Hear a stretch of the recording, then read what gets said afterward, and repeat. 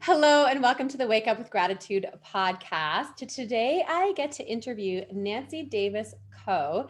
Hello, my friend. Hi, Julie. Nice to meet you. Nice to see you. Oh, this is so exciting. Now, Nancy and I connected because she found me through my website and said, I've got this really great book. She's the author of a book. And if you're not watching the video, I'm holding it up. It's called The Thank You Project. Cultivating happiness, one letter of gratitude at a time. She's a writer. She's been featured in the Washington Post, Us Magazine, The Toast. She also has an award-winning blog called Midlife Mixtape and a podcast, which is for the years in between being hip and breaking a hip.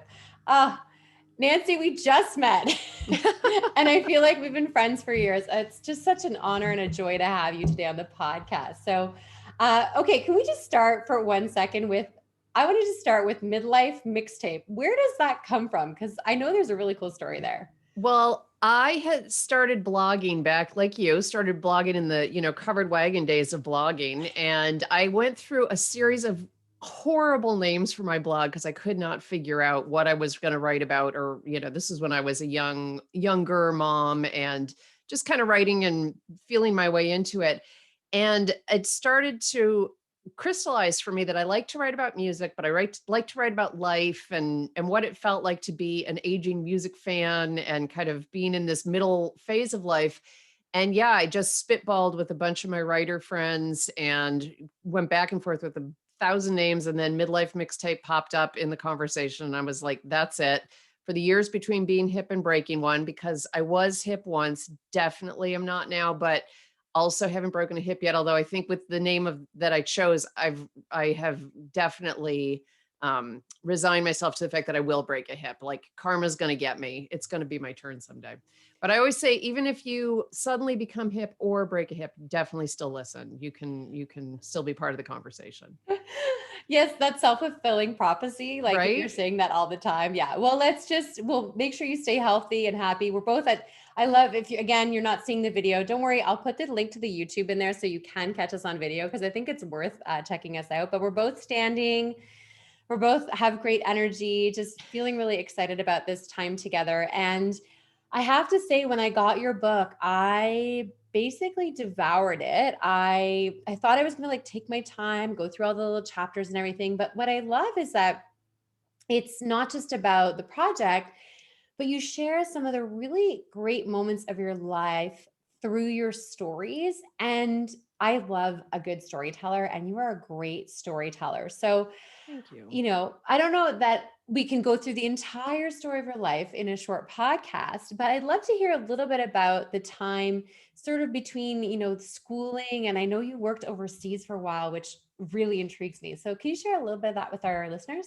I'd be happy to. I grew up very close to the Canadian border, so if I slip into my Canadian tinged accent talking to you, Julie, I'll feel proud. But I grew up in Rochester, New York, and I was always very interested in languages and travel. So I went to college for international business and I had the chance to study abroad in Vienna. I spoke German and yeah, I got a job right out of college in Munich. So that was my first job and went overseas for a couple of years, ended up coming back to get a master's degree. And the Grad School of International Business is where I met my husband. So he's also a guy who loves to travel and learn languages and stuff. So I really thought I was going to be an international business person. That's what I did. That's what I was good at. And as I was approaching 40, I kept getting this tug. That's the only way I can explain it, that I wanted to be doing something more creative. And I kept remembering my AP English class back in the year of our Lord, 1983. And I loved writing then. And I've always loved reading, but I was happy when I was doing writing for that class. So I thought I'll just take a writing class and see what happens. And that just one thing led to the next. And starting about, I guess 15 years ago now, I started writing for the San Francisco Chronicle. I live in Oakland in the Bay Area. So I've written for the Chronicle and other publications, and it just kept building. And I realized I didn't I didn't want to walk away from the business career completely, but at that point I had younger kids and I didn't want to travel anymore. I didn't like the idea of being away from my two daughters. So that was kind of a shift into mixing up both the corporate and the creative career. And I've been able to do that ever since. But it was a good lesson to me and something that comes up really frequently on my podcast, which is interviews with people who are Gen X and icons of Gen X. That's kind of how we I look for guests talking about the good things about being at midlife. And one of the themes that comes out a lot is that you can shift gears. You can change your career. And I think we put so much pressure on the young people in our lives as a society to figure out what you want to do. What's your major? What's the job that you want? And I'm always the one in the back yelling, you can change it. Like, try it. You might love it, but you can change it later if you stop liking it. Like, that's really come through so many times where people start off in one direction and end up someplace else. And you and I were talking about before we hit record, it's so interesting to me to have people look back and say, "Oh, that's why I did that thing. Now I get it." In the moment, it felt like, "Why am I at this job or getting this degree or how does this all connect?" But I think it's one of the gifts of wisdom as you get older is that ability to find the common thread. And I look back, I still do some work in the corporate side, but one of the things that I realized is that I have approached my writing career as a business from the beginning. My writing is my product. What is my marketing plan? What is my strategy? How do I differentiate? And if I hadn't spent 15 years just doing hardcore business work, I don't think I would have had that kind of structure and I wouldn't have made the advancements I did as quickly. Not that it was quick, believe me, it's been a while. But I do feel like there are parts of my writing that I approach with a real a sense of a business growth mindset. And how do I, what's the product? How do I make myself more appealing to my audience? You bring up some really amazing little nuggets of wisdom in what you've just shared. And that whole thing of approaching your writing as a business, it's interesting because like I said, I started blogging back in like 2008, but I never really understood how the blog could be a business or my writing could be a business. So I've always had another business and another career in nutrition, supplementation, well-being. That's, another one of my passions and I love it.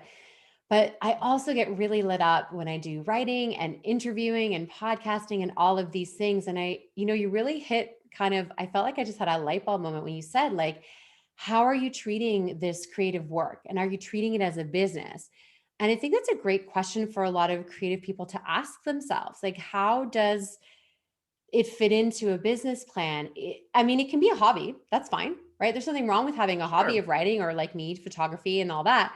But if you're doing, like you said, a career change and totally, wanting to go into something different, something that really makes your heart sing, then having a smart business plan makes sense. So, how did that transition work for you when did you just leave your job and start writing, or was it a gradual process? It was gradual, then it was abrupt, then it was gradual again. So Okay. I mentioned, coming up onto my 40th birthday and kind of feeling like I wanted to do something more creative. I started taking some writing classes and submitting a lot of essays that were rejected, and then some of them would get picked up. And that every writer will tell you, you get one acceptance and you're like, oh my God, this is better than cocaine. Not that I've ever had that, but like it's the best feeling. So you try it with another one. And so over time, it seemed to me that I had a fuller and fuller pipeline of editorial clients, people who I knew I could pitch to that would run my stuff. And my job at the time was kind of winding to its natural conclusion anyway.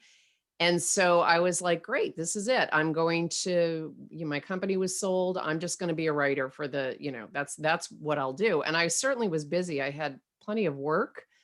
What I didn't have was money coming in because writing and photography and most creative fields are notoriously low paying. And so it has nothing to do with the value of the work you're producing. It has to do with how the market values those things. And it was a lesson to me in the fact that I too like money. I like to be able to pay my bills. I like to have some price tag attached to the work I put out in the world.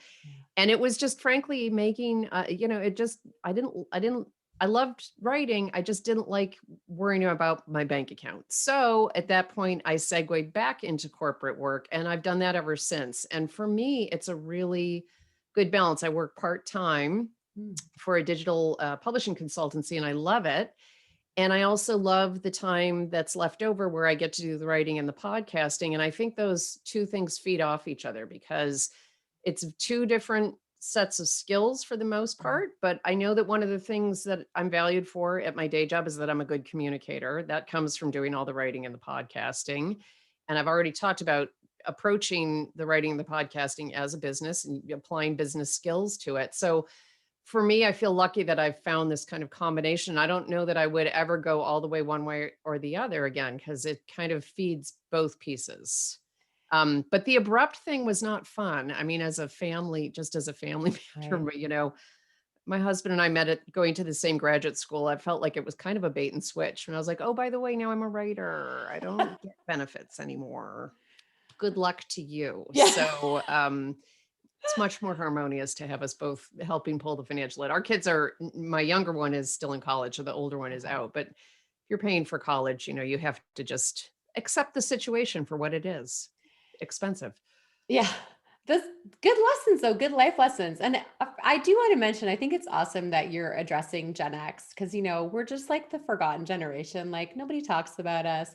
We don't make a lot of noise. We generally keep to ourselves. So Right. I like the fact that, this whole work that you're doing is really around Gen X. And I appreciate that as one of this generation because I feel like there is a lot of stuff to talk about when you're going through midlife and dealing with all these different challenges and this this decision of it's not so much a midlife crisis. It's like, okay, maybe I didn't make that decision at the beginning for the best interest of me. And the other thing is I don't know about you, but I'm pretty sure I'm not the same person I was when I graduated from college, right? I've become a totally different person. Now, thankfully for me, my first husband and I, we did not work out. So he knew me, the corporate girl. Hmm. When I met my partner, my now partner and husband, he already knew that I had my own business and he already knew that I was a creative. And I was actually training for Ironman triathlon at the time for my third and last. Holy And smokes.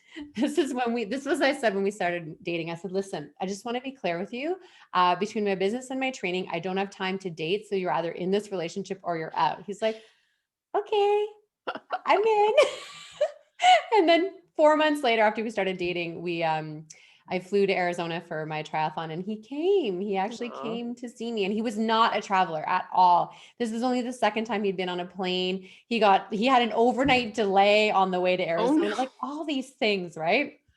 And so I love that about our story is that, he already knew and he's been so supportive. And I feel you like sometimes there are times when business is going really well and there's lots of money flowing in, and other times where I feel like I'm producing and producing and the marketplace isn't responding to what I've put out. So Right. you mentioned something interesting actually about why you started your podcast. Do you mind sharing that with everyone else? Yes, and I mean, it comes down to this question of Gen X being undervalued. If you go back and listen to episode 1 of my podcast, I had written an essay that I read in that episode. I had written it for a site called Tonight, which is Tuenight, which is a great site for Gen X women.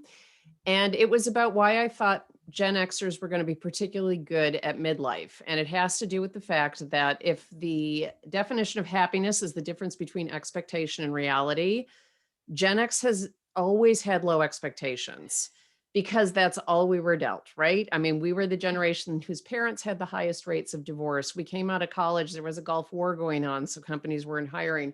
We finally got jobs, the stock market crashed. We got jobs again, there was a dot-com bust. And so every time that someone in the boomer generation ahead of us would have like achieved a milestone, it gotten a new title, they were like, sorry, Gen X, back down the chutes and ladder. You got to go start at the beginning again. And so I think we're very temperamentally practiced at dealing with disappointment, Mm. which is how midlife feels a lot of the time. You can't physically do the things you did before. You don't have as many avenues open to you as you did when you were a fresh-faced 22-year-old just getting out of school and you could do anything was open to you. And so that was kind of my thesis is I think we're cool because we're just like, whatever, more disappointment. I certainly know how to deal with that. And I think that has been true. It's been interesting to watch during the pandemic, job loss, all these challenges that people have had to face.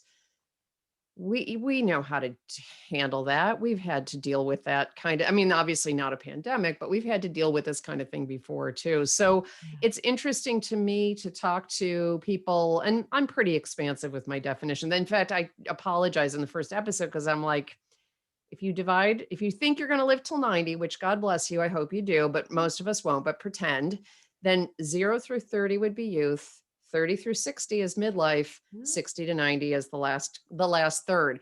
okay. And so, anybody from 30 to 60, I think could relate to what I talk about on the show. And I do ask people, I don't dwell on what's horrible, but there are hard things. I've lost my parents, and you have big kids. What do they say? Little kids, little problems, big kids, big problems. It is hard to be in this sandwich generation where you're thinking about your kids, you're thinking about your older relatives at the same time.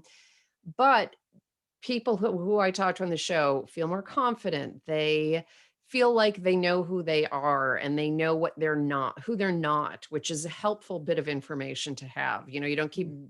crashing your head against the wall when you're never going to be, that's just not a fit for you, whatever, that avenue is. I think people have a sense of legacy and purpose that helps them make some very interesting decisions around what they want to do. So, sometimes I'm talking with people who have started foundations or have started charitable, endeavors because they want to leave something behind them. And I think there is something about being in midlife that helps you focus in really on what's important. And we also just have a lot of fun. I mean, the first question, that my icebreaker on my show is, what was your first concert and what were the circumstances? Because I believe that is the great leveler. Everybody has a good story about their first concert. So it's kind of a chill conversation, and I get to talk to so many interesting people. And I just try to have a mix. Whenever I get pitched for people to be on the show, I say it's like building a mixtape. I have to hear what's before and I have to know what's coming up, and I might need that bridging interview. Like, I have to kind of build it, and it's just a labor of love for me. It's Oh. kind of my hobby on the side, and I just enjoy it. I feel very lucky to be connected to a lot of the people that I'm connected to through the show, and the audience has been great. I'm excited. I'm going to go back and listen to episode 1 because often we don't catch the first episode of the podcast. So Right. that's great. I will definitely be downloading that later today and listening in. You said something really interesting there, which is you figure out who you're not in this age. So I'm 45, as the time of this recording. And one thing you and I were talking about is I thought I was an extrovert for like almost, till I was at least 40, maybe longer. And I started realizing, I'm like, it's super weird. Like when I go to a networking event, like it will take me a while to like, I don't always want to go in. And like, I Mhm. definitely don't want to go in late. Like if I'm late, I might not even go in. I have to like, if I was late, I would have to really like be okay that, I could come in late. Sometimes I would just turn around and go back home. But in the event, I'm good. I can meet people, I can have conversations and all that stuff. So I was like, well, of course I'm an extrovert.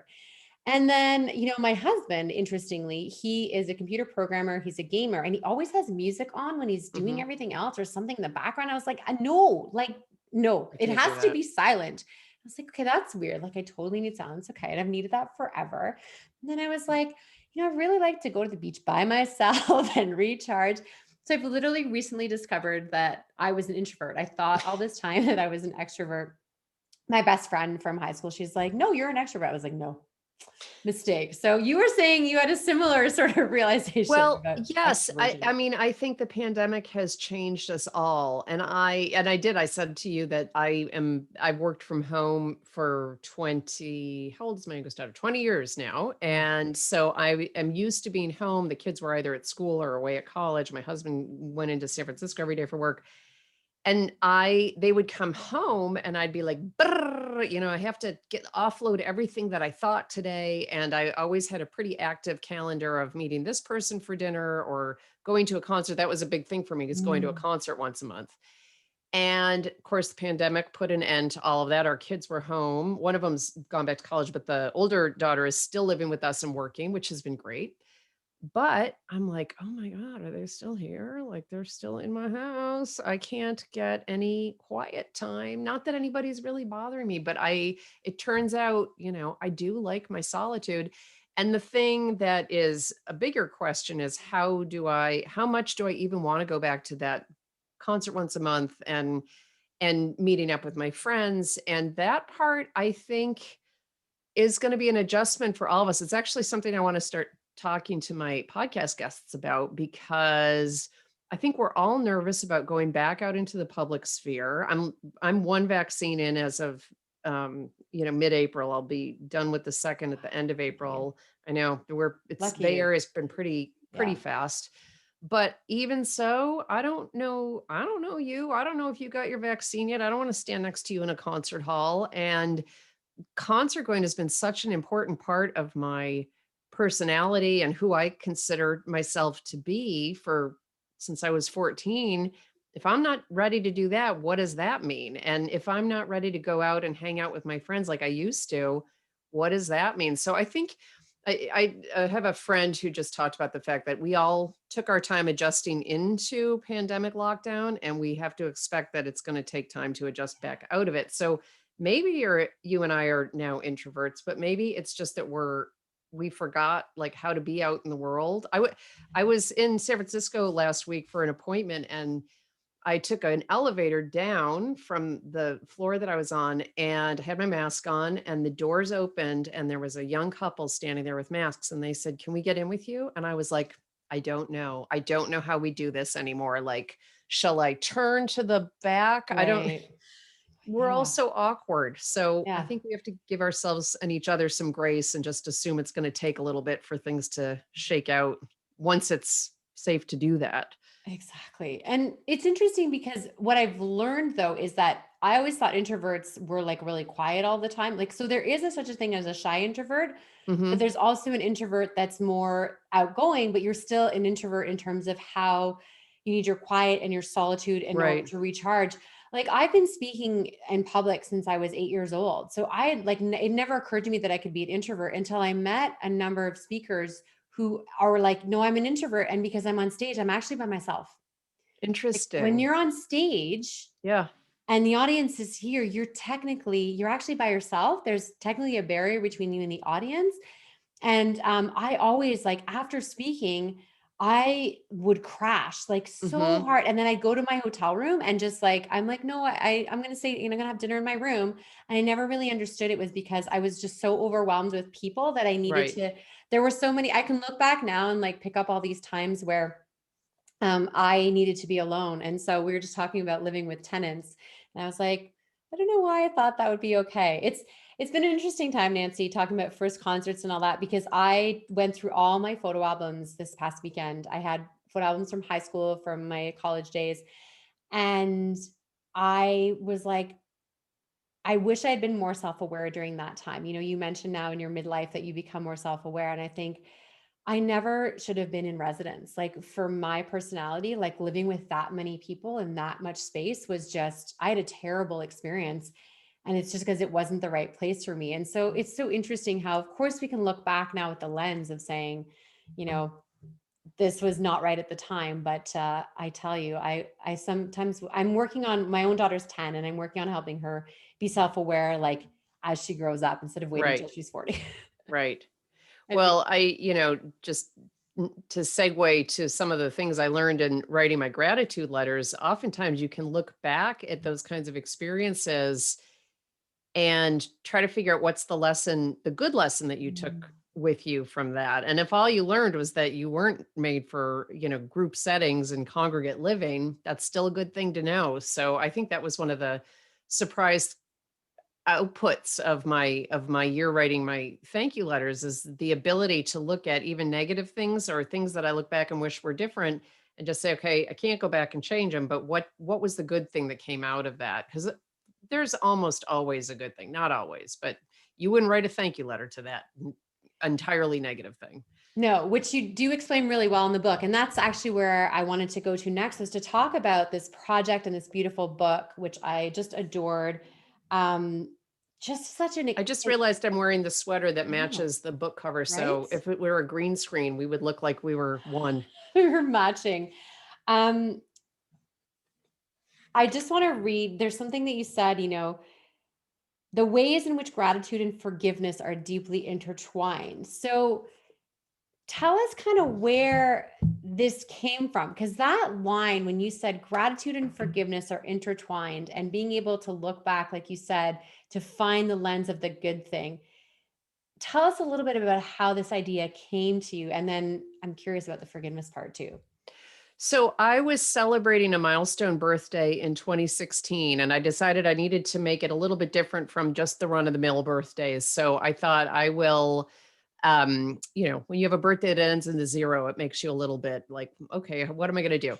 So I thought I would write a thank you letter once a week to someone who had helped, shaped, or inspired me. Those were my three words that I went in. And I certainly did not intend to write a book about it. I didn't intend to exercise forgiveness. I didn't intend to change Mm. the way I look at the world around me. I was just going to write some thank you notes. I really had no bigger plan than that.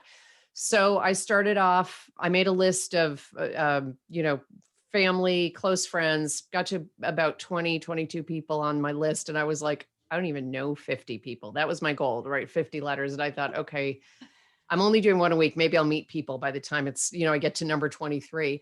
So I started writing this weekly letter. I started with my mom and dad, and I would spend the week thinking about the person I was going to write to, right? So I would just kind of think about what are the lessons they've taught me? What are the situations in which they've inspired me? What are times that they helped me in a material way?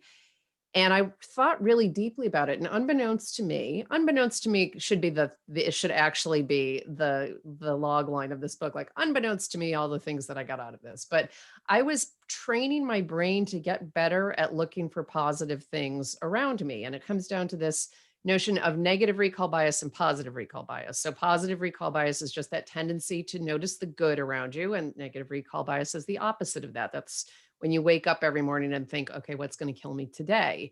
Which has been very easy to get stuck in a negative recall bias mindset over the past year, because actually it's a tiny germ you can't see. But the what researchers have found is, and negative recall bias plays an important role. It really is the thing that makes you put your mask on and not shake hands with somebody who's just coughed into his, and gets you off the sidewalk when the car's racing toward you. But the problem is if you get stuck there. So what researchers found is that the best way to negate the effects of that, what's scary, what's bad, what's going to make me anxious thinking, is to enhance your positive recall bias, and train yourself to look for these good things. So I was doing that every week when I wrote the letters, because I was really spending a lot of time thinking about what I would want to include. And for me, what was important with the gratitude letters was to make it as specific as possible. Like, Right. here's what you did. Here's how it affected me. Not just you're nice, but you let me borrow your car when I was late for a job interview, and I loved that job. And I wouldn't have gotten the job if I hadn't made the interview. That kind of thing. I wanted to make it as specific as possible. Also, I did not expect a response from any of the letters. I told myself early on that I was not doing this in order to elicit thank you letters back, because nobody had asked me to do this, and that was not fair. So I had to just express my gratitude in the letter, put it in the mail, and be done with it. And it was life altering in a really positive way. It snuck up on me. I didn't even realize what was happening as it was happening. But the first letters, family and friends, those were fun to write. I had lots of material. I could think of lots of specifics. But over time, it occurred to me that and I should mention that in the book, when I got the book deal, I said to the publisher, I really want to include the science of gratitude here, because I want to understand why every Friday when I finished writing my letter, I would just have this beautiful exhalation of, like, peace. I would feel better. I would feel less stressed. I would feel more connected to the people I had written to. And it occurred to me that all that stuff was happening while I wrote the letters, not when the person acknowledged them, because even though I had no expectation of acknowledgement, I got it every time I sent a letter. People were really, really pleased to see these. But what I learned in the science is that expressing gratitude, and the mechanism that researchers often use is having people write a gratitude letter. So I had found the number one tool, I think, for people to do this. It comes with a range of physiological and psychological benefits to the expressor of the gratitude. We can talk separately about what it feels like for the recipient, but just expressing the gratitude can lower your blood pressure. It can lower your, it can make you sleep better. People with asthma can control their asthma better. There's just so much proof that we are kind of wired to work best in a state of gratitude, but it's hard to get there sometimes. So in writing the book, I just wanted to give readers a blueprint to learn what I had learned, to experience what I experienced. And the way it's structured is the first couple of chapters are all about how to get organized, what to put in a letter, kind of how to think about it. But the whole rest of the book is just here's a bunch of kinds of people you might want to write to. And that's, I hope, where you're talking about the storytelling coming in. Yeah. Nobody wants to read my 50 letters. It's not a collection of my 50 letters, but I just was trying to give readers some ideas to get them started, to think about who the equivalent people are in their own lives. Yeah, it's interesting because I thought maybe when I first got it, I was like, oh, it's just a collection of her letters, but it's really so much more than that. And you did keep your letters, right? You printed Right. them. Yes, as I say throughout the book, there are no thank you note police. You don't have to write 50 letters. You don't have to write once a week. I really try to make the reader understand that this is about finding what will work for you and be sustainable and replicable, because the key is you want to keep going. You want to keep writing these letters. But the one thing I will not bend on is that you have to keep a copy of every letter you write, because at the end of your project of however many letters, you have this book that's tangible proof of the people on your team, and it's proof that you have faced hardship before. And the book came out in December 2019, so right before the pandemic, and I did not write a book that I thought would be a helpful tool during the pandemic, but apparently I did, Yeah. because I've heard this from readers. Just reminding yourself that you had help in all these different circumstances is also a reminder that you have faced trouble in all these different circumstances, and you got through it, and you'll get through this. And this is the group of people. And in fact, if I can leave camera for one Yeah, yeah. second, I'll show you, because I'm doing this from my home office. This is my actual book of the Oh, letters that I wrote, which is not fancy. I went and had it done at a Kinko's. It's just the letters are, have some heft. And the thing that's great about them is if you're having a low day, which is why I keep them as close as I do, I can flip open and read three. There's a letter to my friend in Toronto, for instance, oh, and there's a letter to my high school best friend, and I can just read what they mean to me. And it's just a really quick way to get yourself back on track, remind yourself of the good people in your life. And I will get to your forgiveness question. I haven't forgotten about that. But as I kept going through this, I talked about how the writing of the letters was really where the magic happened. It occurred to me that I could send letters to, or I could write letters and not send them. yeah. And so we talked about learning through negative example. I have letters in there that I wrote to ex-boyfriends and didn't mail. I have a letter to a really terrible boss I had who taught me how to not be a manager based on his behavior. Yeah. And I felt great writing those because I could pull the good out, I could see what I had learned, and I could kind of give myself props for taking a bad situation and still mining some good out of that. But then I was like, wait, if they don't have to read the letters, I don't have to just write to people. I'm going to write to the cities that have shaped me. I'm going to write to my hobby. You can't see my large cassette tape on the wall because it's obliterated by the mic, but I obviously love live music. So I wrote to the live music industry. Can't really mail that. I wrote to Jane Austen. She's dead. So you can't send a letter to her, but I sure love her books. I love every offshoot of her books. I love the movies. And so the point is through this process to recognize the things that might be hiding in plain sight that make your life better. And if that's a person, to let them know that. Well, I'll stop here because that was a word torrent, but I will talk about the forgiveness if you want me to. Well, it's interesting because so I didn't realize the forgiveness came after. I actually thought that was part of the project in the beginning. So I'm actually really, I learned something that I didn't quite understand about how the project was put together. So that's really interesting because I was looking at it as part of the project through forgiveness. And we will get to that one question, but there's just one quick thing I want to mention that you said, and then we'll come back to forgiveness, which is there's a necessary and fundamental mindset you must achieve to express your gratitude to someone else. You have to admit that you are a person who needs help. Oh, that just, I mean, you just said it there. It's like you're expressing gratitude because people were there for you. You needed their assistance. And I highlighted that in the book. I hope you're okay with that because I used a highlighter in your book. But I was like, this is the way to think about gratitude that I hadn't thought of before, right? This beautiful way of expressing gratitude is saying, you helped me in that way. And that is a very magical way to look at gratitude. And a lot about what you said too about the science behind gratitude. What I love about this project is it gives you a purpose to the writing. Not everybody's into a gratitude journal. Some are, like me. I've been doing it for 10 years every night. But this gives you a way to connect with people, to write however you choose. And then, like you said, choose to send it or not. So Right. I really like that.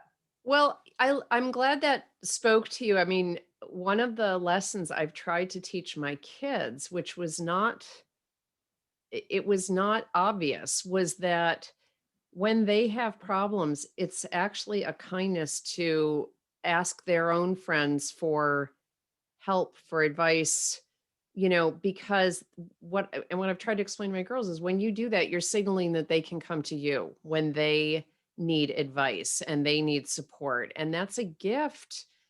I mean, what's more frustrating than when you can see somebody right in front of you who needs your help and is refusing to ask for it, or needs advice that you want to give them, but you're going to keep your mouth shut until they ask for it. We try to do that. Yeah. Moms aren't always so good at that.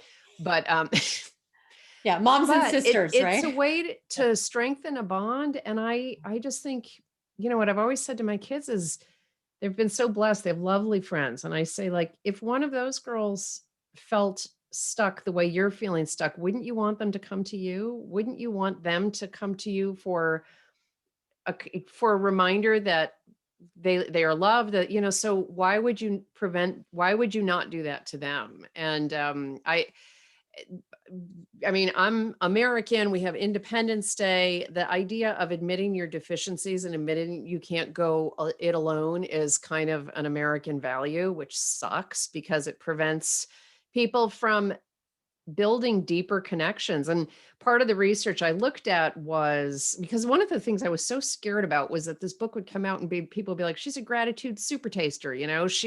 She experiences gratitude differently. No wonder the letters worked for her. And I wanted to make sure that this was quantified and that there was lots of data showing that this approach would work. And so I was looking at levels of expression of gratitude, what groups of people who, experience it or need it. And one of the things that came through is that American men in particular have a very difficult time with this concept or tend to have a more difficult time because of this notion of, being independent, being strong men,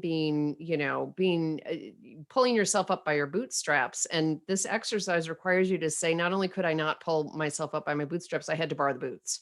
So, it's a tough thing, but I was so pleased because I just recently saw somebody who had reviewed the book, a reader who was a man, and said, if you are a man and you're scared to do this, like, come on in, the water's fine. Like, you're going to be fine if you try this. And some of the most beautiful responses I've heard. I mean, I always say I'm so glad I didn't write a story about true crime because I feel like at readings, people would be telling me about murders. And instead, what I get to hear is I sent a letter to my Aunt Mabel, and she was so happy that she showed all her friends. And then she wrote me back. So I just hear these beautiful stories of helpful people who have been properly acknowledged and the impact that that had on them. And I love that. And it makes me so happy to think that these letters oftentimes then cause a ripple effect. The Aunt Mabel decides to write a letter. So it's pretty cool.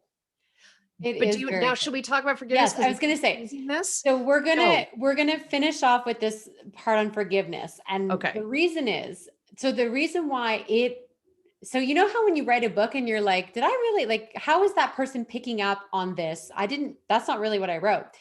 So the reason is, and I'm gonna be a little bit, vulnerable in this part, is that I am estranged from my parents. We went through a very difficult time. We bought a house together. We no longer live together. They left about a year ago.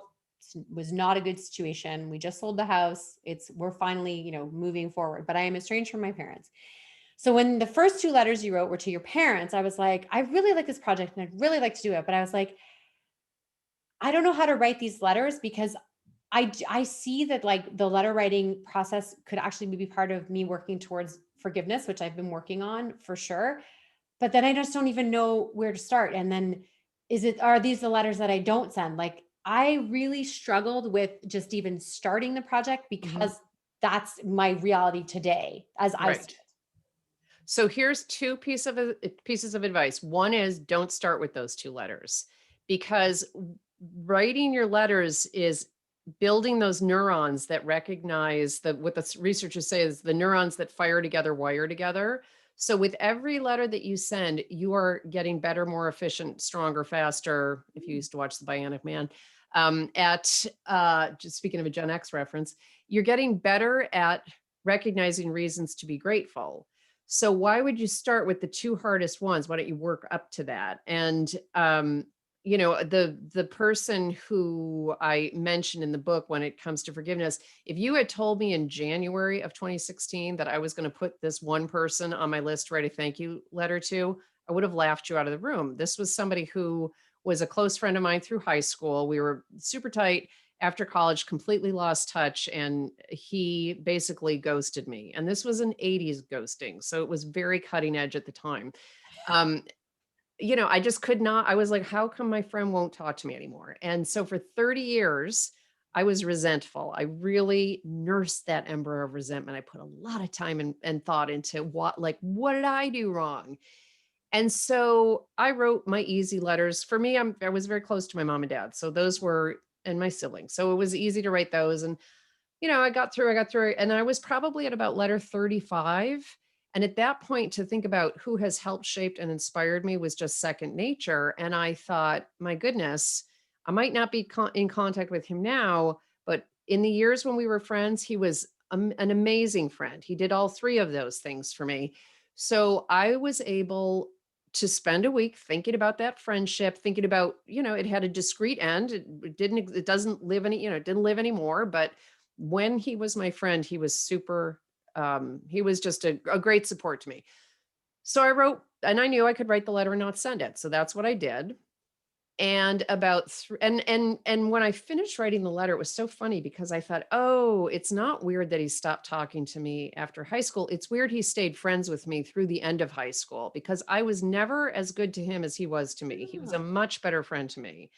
And I felt, not only did I forgive what I perceived as his poor treatment of me, but I also had this sense of, you know, uh, I had to forgive my younger self too. I did the best I could when I was 16, 17, 18. Wasn't great, but, learn the lesson and move on. So there was this sense of self forgiveness too, I think.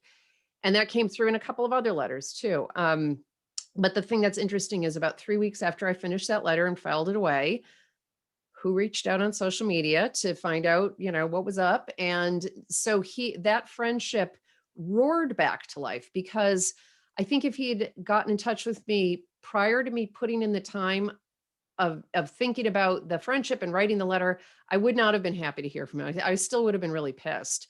But as it was, I was like full of joy to hear from him. And it's really been one of the gifts of my 50s is to have this friend back in my life. He's been to California and met my family, and we text now and again. And, I just think that when you can practice forgiveness, you create space for more gratitude. I don't think you necessarily need to start with the forgiveness piece of it. And actually, I don't think you need to start with the happiness piece of it either. I Mm. always say to people, if you're doing this because you want to get happy, like just the gratitude, the only thing you can control is the gratitude piece of it. Okay. And I think the happiness and forgiveness will flow from that based on my experience, based on the research, and based on the experiences of other people who have done this. But all you can control is the gratitude. So start there. The other thing is, as you say, you could write the letter and not send it. But honestly, I would not start there. I would start like what I've been saying. I've been doing a lot of speaking to groups, just virtual groups, school groups, and community organizations. And what I say to them is make a list of the first 5 people you want to hug without a mask when the Oh, pandemic is over. okay. Those are probably people who should get a gratitude letter from you. Okay. I can start with that. Yeah. And That was so helpful. Thank you. I feel like you just, gave me permission to start in a different way and nobody needs to look at it think of differently. that. The last thing I wanted to write Yeah. was a book that made you feel like crap because you hadn't kept up, Yeah, That's fair and enough. I Yeah, it's didn't a and by the gratitude way, project, right? full Yeah. disclosure, I didn't handwrite my letters. If you're thinking you can't do it because you're not going to handwrite them, neither could I. I typed mine. Second, it took me more than a year. I there was a big loss that I write about in the book mid-year, and I couldn't write anything for a little while. So it took me a year and a half, and now I just do it. I'm still doing it. I still Oh, when I think I'm having a bad day, when I can feel the shoulders creeping up and I'm starting to feel really negative, I'm like, all right, stop. Who have you not written a thank you letter to? Or who do you want to go back for a second round? Because I think I hope for everyone listening that there are people who surfaced during the pandemic as as the people who helped us get through. That friend who dropped off toilet paper on your patio, or the friend who, just texted you and let you know that they were thinking of you even though you couldn't see each other. I think there could be a ton of letters that come out of the pandemic. Probably not this month, but maybe in like 2 years or 5 years or 10 years. yeah, that's a good point. I do think I like the idea that you kind of set a goal and then you can just keep doing it. And that's what I love about gratitude to me is that it's a practice. So, Mhm. oh, Nancy, you've given us so much to think about. I love that we brought the science of gratitude into this. And I love the guidance around the project. And it's your project, right? Like your project was yours, my project is mine. Right. And that's what's amazing about it is we can choose. I love, we have this resource, the Thank You Project, Cultivating Happiness One Letter of Gratitude at a Time. I'm guessing it's available at all your favorite booksellers. But if they want to find you specifically in your website, where do we go to find you, Nancy? The best place to go is daviskho.com. So DAVISKHO.com. And from there, you can get to the book, the blog, and the podcast. That's the front door. Perfect. And I love supporting other authors by purchasing the book from their website if that's possible. That might not always be possible depending on where you live in this beautiful globe of ours. But as an author myself, I love it when people purchase directly through me. That's great. That supports the author as well. We can check out your podcast, Midlife Mixtape. On all your favorite apps, I'm assuming you can easily find it. I can't wait. I'm going to link us to episode 1 because I'm going to listen to that myself. Thank you. Thank you for this time together. I flew by. I probably could talk to you for another couple of hours. Well, Julie, thank you so much for having me on the show. And I appreciate everybody who's listening in. And I wish you lots of reasons to be grateful. I hope you're surrounded by them if you look closely enough. Oh, thank you so much. Thanks a lot.